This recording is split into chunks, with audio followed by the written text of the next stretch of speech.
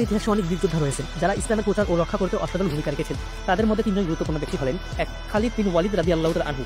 খালিদ বিন ওয়ালিদ রাদিয়াল্লাহু তাআলা আনহু, যিনি সাইফুল্লাহ বা আল্লাহর তরবারি নামে পরিচিত, ইসলামের অন্যতম শ্রেষ্ঠ সেনাপতি ছিলেন। তিনি কুরাইশ গোত্রের একজন ছিলেন এবং ইসলাম গ্রহণের পর তিনি অসংখ্য যুদ্ধদের নেতৃত্ব দিয়েছেন। তার বিখ্যাত যুদ্ধ হল মুতার যুদ্ধ, ইয়ামামার যুদ্ধ এবং রোমান সাম্রাজ্যের বিরুদ্ধে যুদ্ধ। তার কৌশলী নেতৃত্ব ও সাহসিকতা ইসলামের সামরিক ইতিহাসে এক অনন্য স্থান দখল করে রেখেছেন। ২. সালাউদ্দিন আইয়ুবী রহমাতুল্লাহি আলাইহি। সালাউদ্দিন আইয়ুবী ছিলেন ক্রুসেডারের সময় মুসলিম সেনাবাহিনীর বিখ্যাত নেতা। তিনি জেরুজালেম পুনরুদ্ধার করেছিলেন এবং তার শত্রুদের প্রতি মহানুভবতার জন্য প্রসিদ্ধ ছিলেন। তার বিখ্যাত যুদ্ধ হল হার্টিনের যুদ্ধ, যেখানে তিনি ক্রুসেডারদের পরাজিত করে জেরুজালেম জয় করেন। তিনি মুসলিম ঐক্যের প্রতীক ছিলেন এবং তার নৈতিকতা ইতিহাসে এক উজ্জ্বল উদাহরণ। ৩. তারিক ইবনে জিয়াদ। তারিক বিন জিয়াদ রহমতুল্লাহ ছিলেন উত্তর আফ্রিকার মুসলিম সেনাপতি। তিনি আন্দালুস, বর্তমান স্পেন বিজয়ের নেতৃত্ব দিয়েছিলেন। তিনি 711 খ্রিস্টাব্দে বুয়দাতের যুদ্ধে অংশগ্রহণ করে সেই যুদ্ধে বিজয় লাভ করেন। তার নেতৃত্বে ইসলামের বিজয় ইউরোপে ছড়িয়ে পড়ে। স্পেনের ইতিহাসে তিনি এক অমর ব্যক্তিত্ব।